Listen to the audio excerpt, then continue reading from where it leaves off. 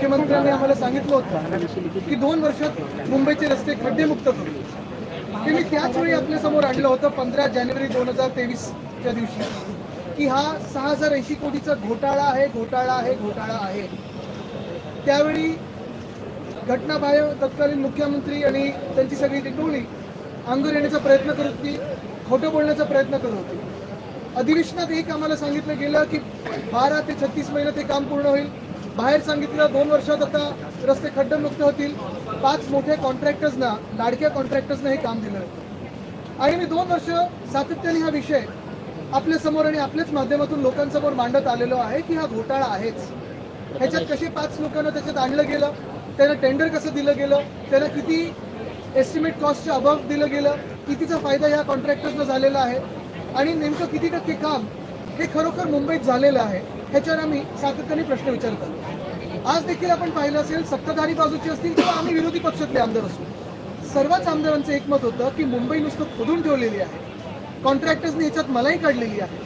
पण मुंबईकरांना दिवसेंदिवस त्रास हा वाढत चाललेला आहे, कारण मुंबईचे रस्ते हे खोदून ठेवलेले आहेत आणि मुंबईत रस्त्याची कामं झाली नाही आहेत. मध्यंतरीच्या काळात जेव्हा मी हा प्रश्न विचारला होता तेव्हा देखील मला उत्तर आलं होतं की 26% काम मुंबईत हे गेल्या 2 वर्षातल्या कामातलं झालेलं आहे.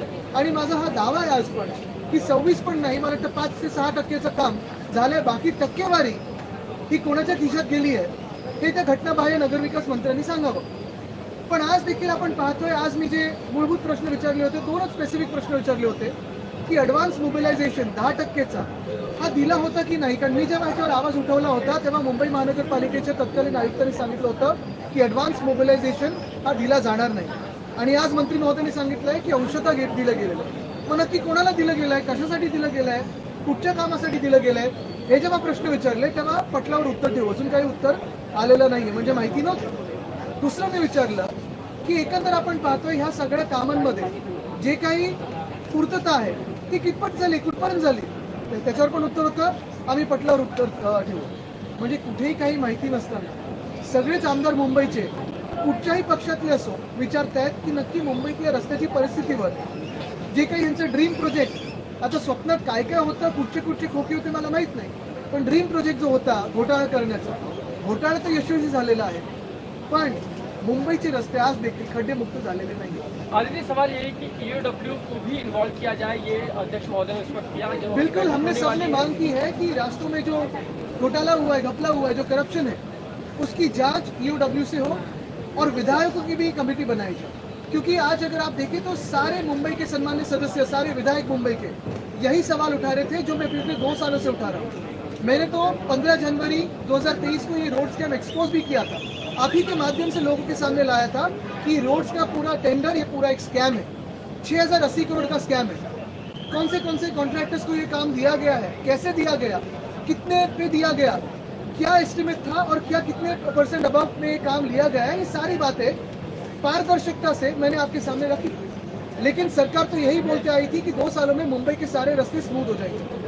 पहली बात तो ये है कि प्रैक्टिकल बात होनी चाहिए, सच की बात होनी चाहिए. और अगर कोई भी आपको कहे कि 1 साल में 2 साल में मुंबई जैसे शहर हो, दिल्ली हो, पूना हो, किसी भी शहर के खड्डे ये गायब कर सकते हैं, तो वो आदमी, वो राजकीय नेता आपसे झूठ बोल रहे हैं. सही बात बोलो, लोग समझ जाते हैं, लेकिन झूठ पे झूठ आते रहा है और इसमें स्कैम होता गया. ये आज सारी तरफ से, यानी सिर्फ विरोधी पक्ष से नहीं, लेकिन जो सत्ताधारी पक्ष है उनके भी विधायकों ने यही बात हमारे सामने रखी है. और यही बात मैं दोहराता आया हूँ, बार बार कहते आया हूँ. मेरी तो ये मांग है कि तब के मुख्यमंत्री जो घटनाबाह्य थे उन पे, तभी के यूडी मिनिस्टर जो स्वयं मुख्यमंत्री थे, एमसी हो, सारे लोगों पे ईओडब्ल्यू की जांच होनी चाहिए और उसी के साथ विधायकों की कमेटी से भी जांच होनी चाहिए. आदित्य, बात कर रहे हैं, क्या लगता है एडवांस मोबिलाइजेशन देने के लिए ये फंड जो है इलेक्शन के लिए? मैंने तो स्पेसिफिक पूछा था कि एडवांस मोबिलाइजेशन दिया है कि नहीं, क्योंकि मुंबई में कभी भी प्रथा नहीं थी, परंपरा नहीं थी एडवांस मोबिलाइजेशन देने की.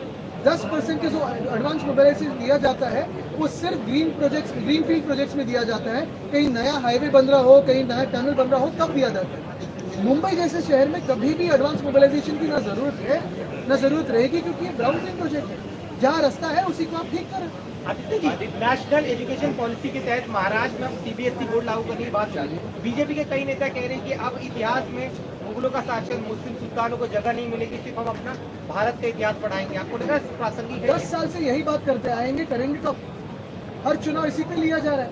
लेकिन एक बात है, इतिहास के बारे में बिल्कुल बात कीजिए, लेकिन भविष्य के बारे में बात कीजिए। और अगर आप शिक्षण व्यवस्था ठीक करना चाहते हैं, न्यू एजुकेशन पॉलिसी के बारे में बात 2019 से चल रही है, 2020 में वो लाए गए, तब से लेकर अभी तक कितने राज्यों ने इसे इम्प्लीमेंट किया है? क्यों नहीं महाराष्ट्र ने इम्प्लीमेंट किया? सीबीएसई बोर्ड का मैं बिल्कुल स्वागत करता हूं, लेकिन क्योंकि मैंने भी हमारे जो बीएमसी स्कूल्स है उसमें सीबीएसई बोर्ड लाया था, आईसीएसई बोर्ड लाया था, आईबी बोर्ड लाया था, आईजीसीएसई बोर्ड लाया था, उसी के साथ एसएससी बोर्ड। मेरी ये भी मांग है और मान्यता भी है, मैं ये भी मानते आया हूँ कि हर एक राज्य में जो अपनी मातृभाषा है उसे भी प्राधान्य दिया चाहिए। जैसे महाराष्ट्र में मराठी हो, असम में असमी हो, केरल में केरली हो, उसी के साथ जो कोई भाषा, जितनी भाषा सीखना चाहता है, स्वागत करता हूँ। लेकिन ये सब करते हुए मेरा यही प्रश्न है कि आज जो सडनली सीबीएसई की घोषणा हुई है और अभी ये अप्रैल से शुरू हो जाएगा, ऐसे नहीं होती है बातें।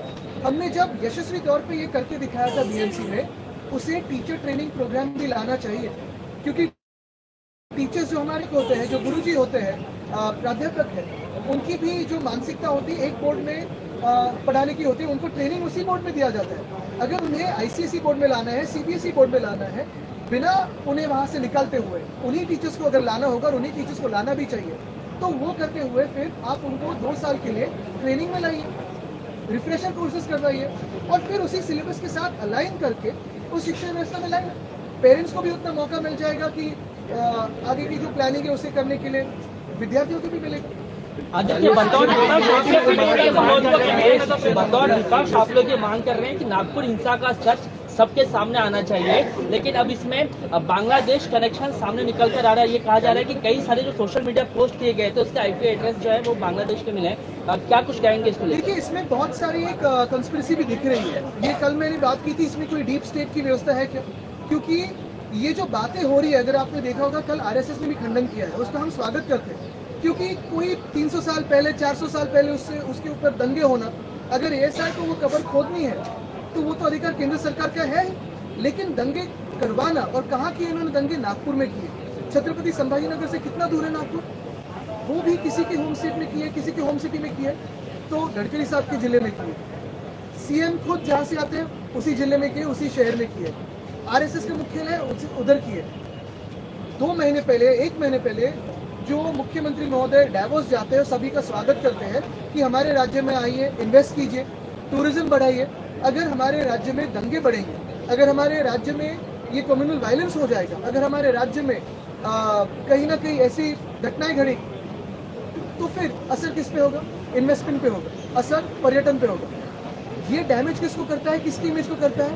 सीएम की इमेज को करता है, क्योंकि वही स्वयं गृह मंत्री भी है। हम यहाँ पोडियम पे किसको सवाल पूछेंगे? सीएम को पूछेंगे, क्योंकि होम डिपार्टमेंट भी उन्हीं के खाते में है। तो अगर ऐसी बात है तो कोई ना कोई सरकार में ऐसा है क्या कि जो मुख्यमंत्री को अंडरमाइन करना चाहता है?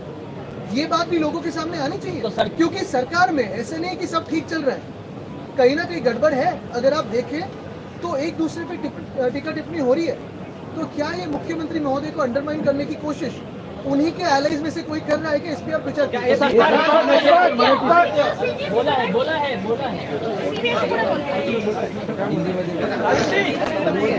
अरे सुनो।